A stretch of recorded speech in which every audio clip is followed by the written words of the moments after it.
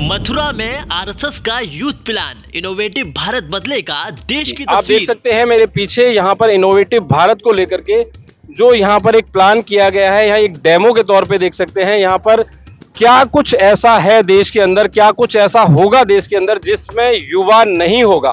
इन सब को लेकर के संघ ने बड़ी तैयारियां की है।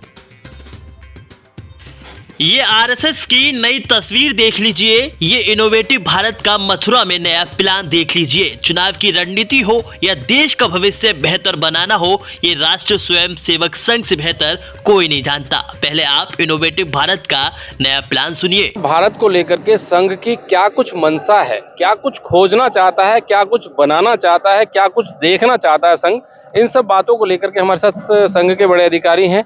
आपसे जानना चाहेंगे कि आखिर क्या कुछ प्लानिंग है और क्या कुछ देखना चाहते हैं बच्चों के माध्यम से भारत देश में।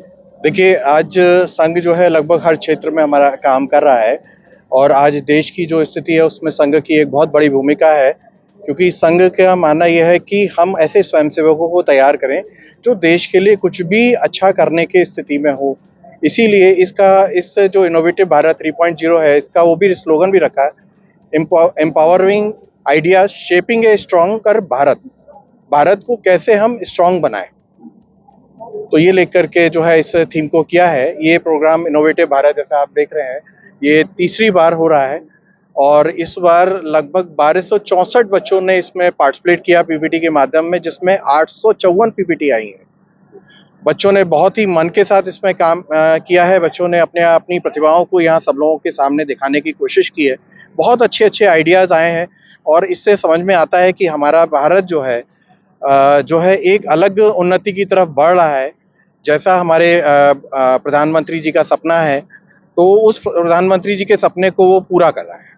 मनीष जी, जब आपने शुरुआत की थी इनोवेटिव भारत 1, 2 एंड 3, तो क्या कुछ इसमें देख पा रहे हैं कि बच्चों में कितनी रुचि बढ़ी है या फ्यूचर को कितना बच्चे इसमें देख पा रहे हैं?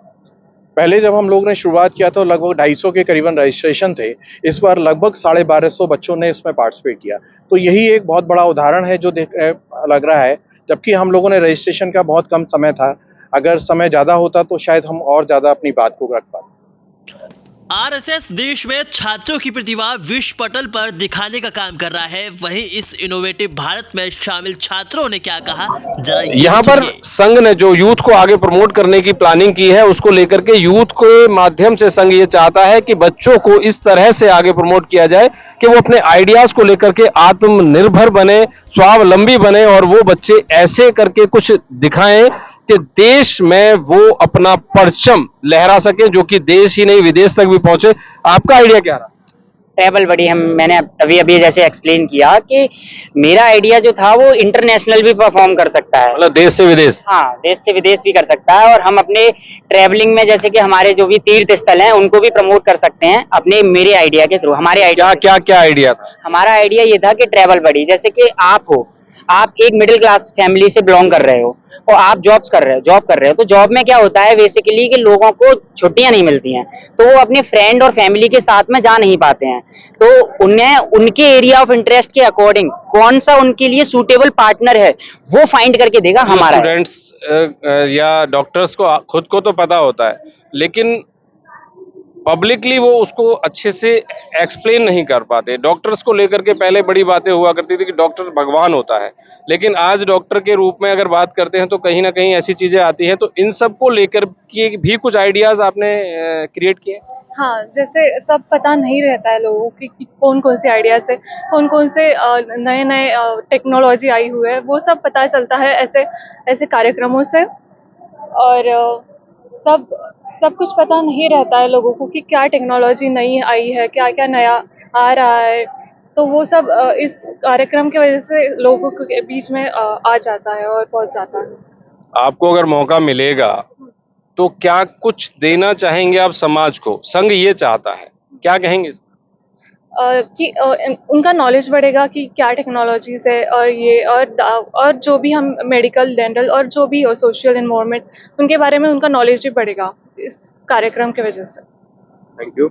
आपने देखा कि यहाँ पर स्टूडेंट्स बहुत ही उत्साहित हैं। उनका कहना यह है कि उनके अंदर जो छुपी प्रतिभा है, उस प्रतिभा को निखारने का एक बड़ा कदम संघ के द्वारा यहाँ पर उठाया गया है, जिससे यहाँ पे स्टूडेंट्स बड़े ही उत्साहित और खुश नजर आ रहे हैं।